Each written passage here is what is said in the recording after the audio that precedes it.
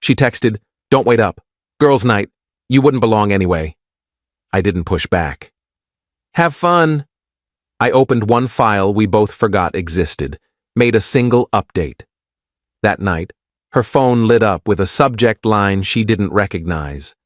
"I'm 39 and I've been married for 12 years. My wife and I met when I was 27. She was 25. We dated for 2 years before getting married, spent the first few years building careers, bought a house, had a kid. Our daughter just turned 8. On paper, we looked like we had it all together. The kind of couple people envy at dinner parties. But something had been off for months. Maybe longer. I just didn't want to admit it. It started subtly. She became more critical of everything I did. The way I loaded the dishwasher, how I talked to our daughter, my choice of clothes. "Are you really wearing that shirt again?" You know she needs structure, not your laid-back parenting. Maybe try doing something with your hair for once. Then came the social exclusion. She started going out more frequently without me. Girls' nights became a weekly thing, sometimes twice a week. I'd ask where they were going, and she'd be vague. "Just meeting up. You wouldn't know the place." "Why does it matter?" When I suggested we do something together, she'd have an excuse. Too tired, already made plans, needed time with her friends. I felt like I was being slowly edited out of her life. Last Friday evening changed everything. I was home with our daughter, helping her with a school project about the solar system. Construction paper and glue everywhere. My wife came downstairs around 7, dressed up more than usual. Black dress I'd never seen, heels, full makeup, hair styled. "You look nice," I said, looking up from cutting out a cardboard Saturn. "Thanks." She was scrolling through her phone, didn't even glance at me. "Where are you headed?" "Girls' night. I told you this morning." "Right. Where are you going?" "That new wine bar downtown." "Why?" "Just making conversation." She finally looked at me, and her expression was annoyed. "Do you need a full itinerary?" "No, I'm just interested in what you're doing." "Well, don't be. It's my night out." She grabbed her purse, checked herself in the hallway mirror one more time. Then my phone buzzed. A text from her, even though she was standing 15 feet away. "Don't wait up. Girls' night. You wouldn't belong anyway." I stared at the message, read it twice, then looked at her. "You just texted me that I wouldn't belong?" She shrugged. "I'm being honest. My friends are different, more cultured. You'd be bored." "Cultured?" "Yeah, they actually read books. Go to museums, talk about things beyond sports and work." "I read. I took you to that art exhibit last month. Because I dragged you there, and you spent the whole time looking at your phone." That wasn't true, but I didn't argue. Something about her tone told me she wanted a fight, wanted me to give her a reason to storm out angry. I didn't give her that, just said, "Have fun." She looked almost disappointed by my response, waited a beat like she expected more, then left. I heard her car start, watched through the window as she backed out of the driveway, phone already pressed to her ear before she even reached the street. My daughter asked me something about Jupiter's moons, and I refocused on the project. We worked on it for another hour, then I made her dinner, got her ready for bed, read her a story. Normal Friday night routine. But my mind kept circling back to that text. You wouldn't belong anyway. The casual cruelty of it, the dismissiveness. After my daughter fell asleep, I sat in my office staring at my laptop. Something was wrong. Had been wrong. I just hadn't wanted to see it clearly. Then I remembered something, a file we both forgot existed. Update 1. About 5 years ago, when we were planning to buy our house, we opened a shared cloud storage account for all our financial documents. Mortgage applications, tax returns, insurance policies. We uploaded everything there so either of us could access it if needed. After we bought the house, we stopped using it. Just forgot about it completely. I logged in for the first time in years. The password was still saved in my browser. I expected to see the same old files from 5 years ago. Mortgage documents, inspection reports, nothing current. But there were new folders, dozens of them, all created in the past 8 months. I opened the first one. Photos. Hundreds of photos I'd never seen. My wife at restaurants I didn't recognize. My wife at bars I'd never heard of. My wife with people I'd never met. And in almost every photo, the same man. Tall, well-dressed, always standing close to her. In some photos, his arm was around her waist. In others, they were holding hands. One photo showed them kissing at what looked like a rooftop bar, city lights in the background. I felt like I'd been punched in the stomach. I opened another folder, text messages, screenshots of text conversations between her and this man, thousands of them going back 8 months. I started reading. Can't wait to see you tonight. Last night was amazing. You make me feel alive. He's so boring. I don't know how much longer I can do this. Soon, I promise. Just need to figure out the logistics. I love you. More than I've ever loved anyone. I sat there reading for 2 hours. Every message was worse than the last. They had pet names for each other, inside jokes, references to hotels they'd stayed at together, plans for a future that didn't include me. There were financial documents too, records of payments she'd been making to what looked like a lawyer, divorce consultation notes, asset division calculations. She'd been planning this for months. I felt numb, betrayed, stupid for not seeing it sooner. Then I made a single update to the shared account settings. I added a notification feature I'd never used before. From now on, every time she accessed this account, I'd get an alert.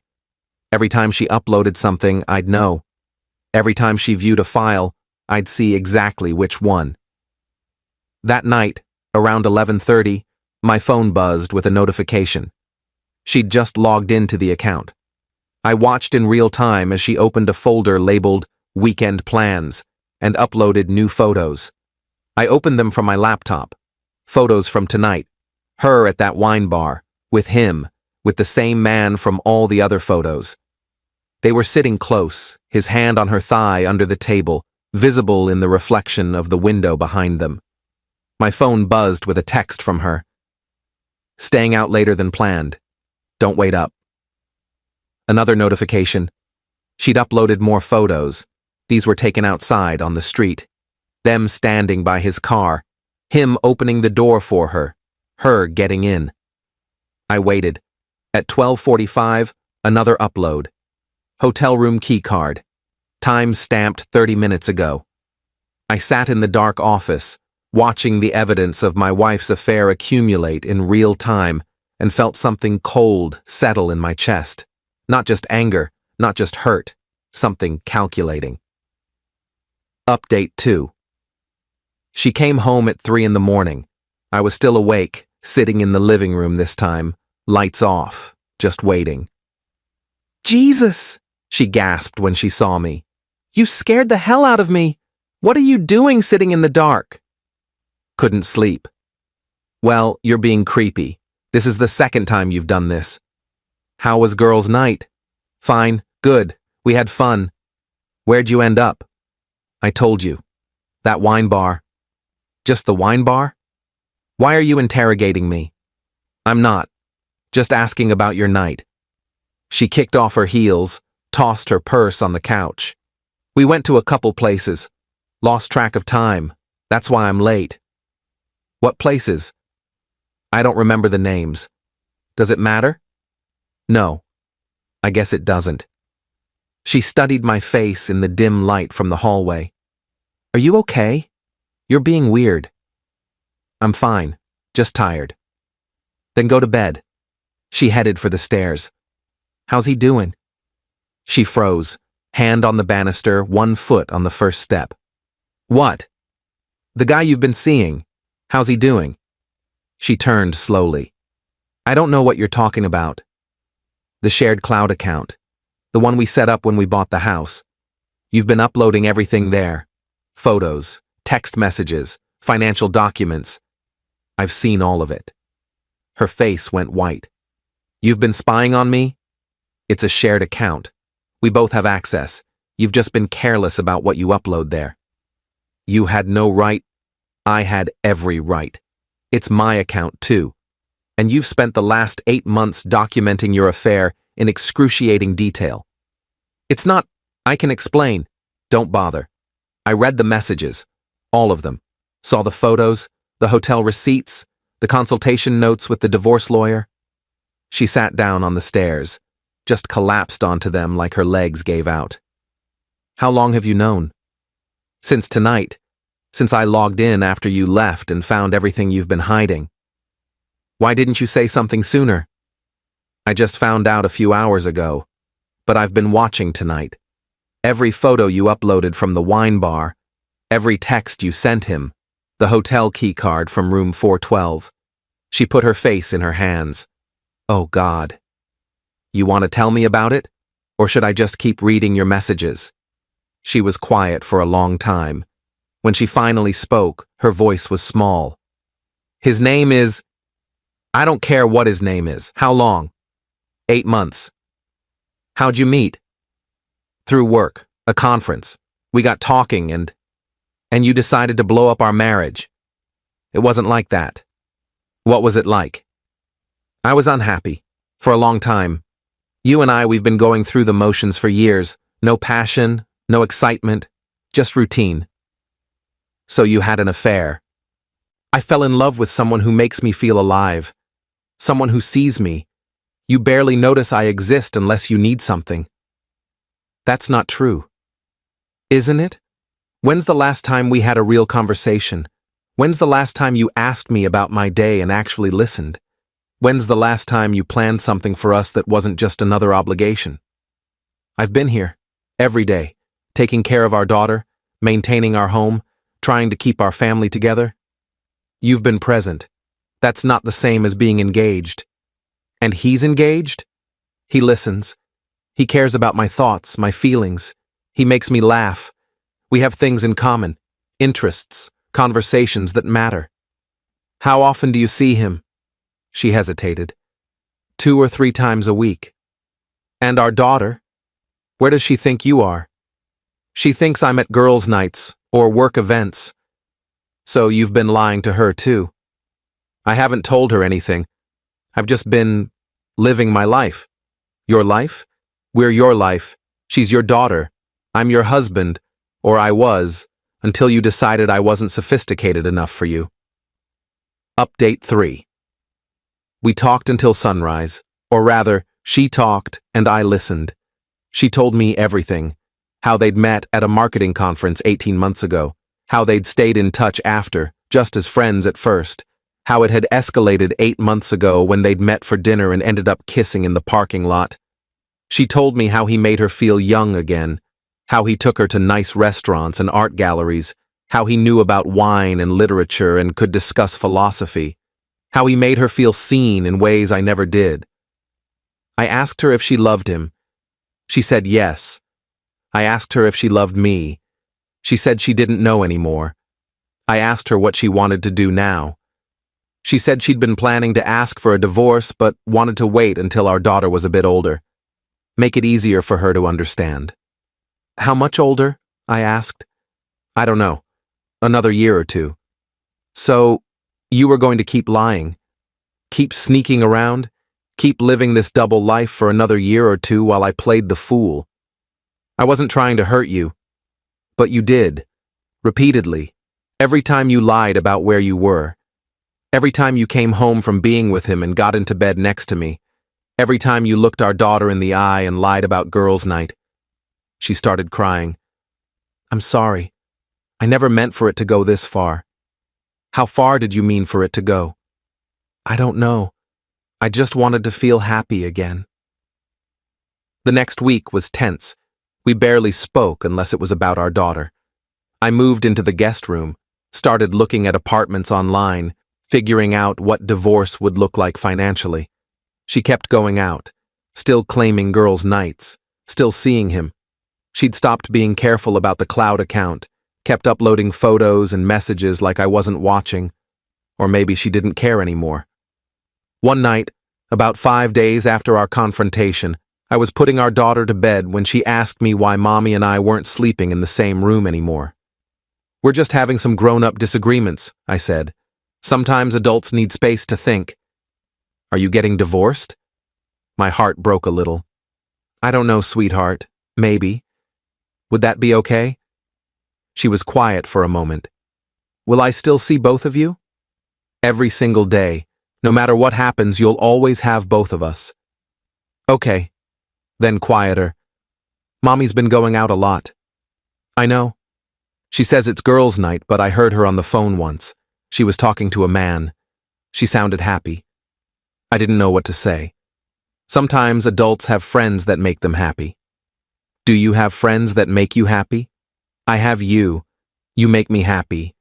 She hugged me tight. "I love you, Daddy." "I love you too, baby." After she fell asleep, I sat in her room for a while, watching her breathe, thinking about how I was going to protect her through what was coming. Update 4. 2 weeks after I discovered everything, my wife finally told me she wanted a divorce. She sat me down one evening after our daughter was in bed and said she couldn't do this anymore. The pretending, the guilt. She needed to be honest with herself and with me. "I'm leaving," she said. "I'm moving in with him. I've already talked to a lawyer. We can work out custody. I want shared custody, 50-50. "You're moving in with him? Already?" "We've been together for 8 months. We know what we want." "Does our daughter know him?" "Not yet, but she will. He wants to meet her." "Absolutely not. Not yet. Not until this is settled. You can't keep her from him forever." "I'm not keeping her from anyone. I'm protecting her from being introduced to your affair partner before our marriage is even over." "He's not my affair partner. He's my boyfriend, and soon he'll be part of her life whether you like it or not." "We'll see what the lawyer says about that." She moved out 3 days later, packed her things while our daughter was at school, left a note for her explaining that Mommy needed her own apartment for a while but would see her all the time. Our daughter was devastated. Cried herself to sleep that night while I held her, completely at a loss for what to say. The next few weeks were a blur of lawyer meetings and custody negotiations. My wife wanted 50-50 custody. I wanted primary custody with her having visitation. My lawyer said we'd likely end up somewhere in the middle. During one of the custody mediation sessions, my wife's lawyer brought up the cloud account, said I'd violated her privacy by monitoring it. My lawyer countered that it was a shared account, both parties had equal access, and she'd been voluntarily uploading evidence of her affair. The mediator suggested we settle this outside of court. Dragging all of this into public record wouldn't be good for anyone, especially not our daughter. We agreed to 60-40 custody. I'd have her during the week, my wife would have her on weekends. Child support would be minimal since we made similar incomes. Assets would be split 50-50. The divorce was finalized 4 months after our confrontation. 12 years of marriage dissolved in a courtroom in less than an hour. Update 5. My ex-wife moved in with him officially about a month after the divorce, introduced him to our daughter shortly after. Our daughter came home from her first weekend there and told me all about him. He seemed nice, she said. He had a big TV and let her pick what they watched. I smiled and nodded and felt sick inside. But as the weeks passed, I started seeing cracks in my ex's perfect new life. Our daughter would come home from weekends with stories that didn't quite add up. Mommy and her boyfriend fighting, him getting mad about her toys being left out, Mommy crying in her bedroom. About 3 months after they moved in together, my ex called me late one night. "Can we talk?" "What about?" "I think I made a mistake." "What kind of mistake?" "Moving in with him, this whole thing. It's not what I thought it would be." "What did you think it would be?" "I thought it would be exciting, passionate. But it's just different problems, different issues. He doesn't like having our daughter around. Says she's disruptive. I never realized how much of our relationship was based on sneaking around and the thrill of hiding it. And now that it's real, It's not what you wanted. I miss our life, our family. I miss you. I was quiet for a long time. I don't know what you want me to say. I want you to say we can try again, that we can fix this. You can't fix this. You destroyed it. You lied for 8 months. You planned to leave me for years while pretending everything was fine. You chose him over our family. I was confused. I made mistakes. You made choices. You chose excitement over stability. You chose him over me, over our daughter. And now that it's not working out the way you fantasized, you want to come back? That's not how this works. So that's it? You're just done? I was done the night I found those photos. I was done reading those messages where you talked about how boring I was. I was done watching you upload evidence of your affair while I sat home with our daughter. You were done with me long before I was done with you. I'm just catching up. She was crying. I'm so sorry. I know you are. But sorry doesn't undo what you did. Final update. It's been 7 months since the divorce was finalized. My ex is still with him, though from what I hear through mutual friends, it's rocky. They fight constantly. He resents the custody schedule. She resents his resentment. The fantasy they built during their affair hasn't survived the reality of an actual relationship. My daughter is adjusting. It's hard, but she's resilient. She spends weekdays with me, weekends with her mom. We've established new routines. She's in therapy, which helps. I'm in therapy too, working through the betrayal and the anger and the grief of losing what I thought my life was. I'm not dating yet, not ready, but I'm not sitting around mourning the marriage either. I've reconnected with old friends, started exercising regularly, picked up hobbies I'd abandoned, started living for myself and my daughter instead of for a relationship that was dying long before I noticed. Looking back at that Friday night when she texted me, "You wouldn't belong anyway," I realized she was accidentally telling the truth. I didn't belong in her world of deception and affairs and calculated betrayal. I belonged somewhere better, somewhere honest. That forgotten cloud account was the thread that unraveled everything. One file we both forgot existed. One notification setting that let me watch her affair in real time. Sometimes the truth finds you in the strangest places. I'm 39 years old. I'm divorced. I'm a single father navigating co-parenting with someone who threw away 12 years for an 8-month affair that's now limping along painfully. And I'm okay.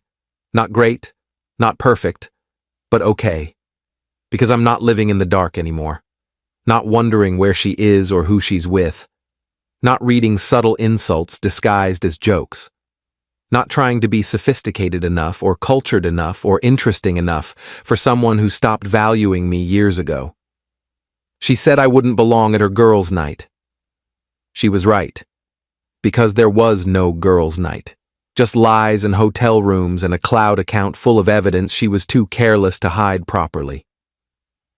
That night when her phone lit up with a subject line she didn't recognize, shared account activity alert, she didn't realize I'd be seeing everything she was hiding. Didn't realize that file we both forgot about would be the thing that exposed the truth. Sometimes betrayal is obvious. Sometimes it's documented in thousands of photos and messages uploaded to a shared account, because the person doing the betraying got so comfortable with lying, they forgot to cover their tracks. My ex wanted excitement and passion and culture. She got it briefly. Now she's learning what I already knew. Real life isn't sustained by excitement. It's sustained by commitment, honesty, and showing up even when it's boring. I showed up every day for 12 years. She showed up until someone more exciting came along. Now we're both living with those choices. The difference is, I can sleep at night.